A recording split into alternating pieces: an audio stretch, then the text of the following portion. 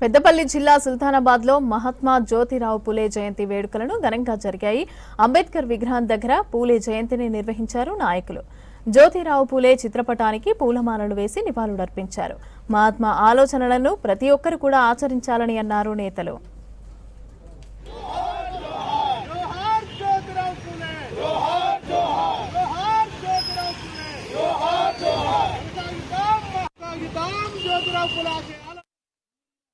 జ్యోతిరావు పూలే గారి 199వ జయంత్యుత్సవాలు మరి దళిత యువజన సంఘ నాయకుల ఆధ్వర్యంలో ఇవాళ ఘనంగా నిర్వహించడం జరిగింది.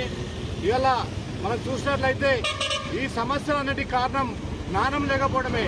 ఎందుకు ప్రజలు ఈ విధంగా ఉన్నారు, ఎందుకు సమాజాన్ని ప్రశ్నించలేకపోతున్నారు, ఎందుకు అభివృద్ధి చెందలేకపోతున్నారు అనేది అప్పుడు ఆలోచించి తను చైతన్యం, ఒక రాజకీయ చైతన్యం తీసుకోవడానికి, ప్రజలలో సమానత్వం తీసుకోవడానికి అనేక ఉద్యమాలు చేసి దీని అన్నిటి కారణం జ్ఞానమే. కాబట్టి ఆ జ్ఞానాన్ని అభివృద్ధి చెందాలంటే విద్య ముఖ్యం. కాబట్టి ప్రతి ఒక్కరికి విద్య అందించడంలో స్వతహాగా తన భార్య సావిత్రిబాయి పూలేను ఒక విద్యార్థినిగా తయారు చేసి చాలా మంది మహిళలను ప్రోగు చేసి మహిళా టీచర్ను తయారు చేసిన వ్యక్తి.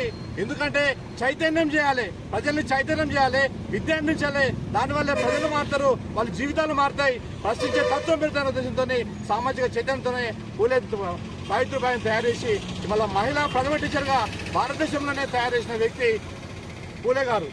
జ్యోతిరావు పూలే ముఖ్యంగా అట్టడుగు వర్గాల కోసం ఆయన చేసిన కృషి మరవలేనిది. మరి ఎందుకంటే అట్టడుగు వర్గాలు ఏదైతే ఒక జ్ఞానం విద్యతోని వారు చైతన్యవంతులై ఉన్నతులుగా ఎదగాలన్న ఏకైక లక్ష్యంతో జ్యోతిరావు పూలే సావిత్రిబాయి పూలేను కూడా మరి విద్యను జ్ఞానాన్ని అందించడంలో మరి భారతదేశంలోనే మహనీయులుగా మిగిలిపోయారు. అలాంటి మహనీయులను మరి మనం స్ఫూర్తిగా తీసుకొని మరి రానున్న తరాలకు ఆదర్శ భావాలను నేర్పించి మరి వారిని ఆశయ సాధన కోసం కృషి చేసేందుకు మనందరం కలిసికట్టుగా ఉండి ఐక్యంగా పోరాటం చేయాలని ఈ సందర్భంగా తెలియజేస్తాం.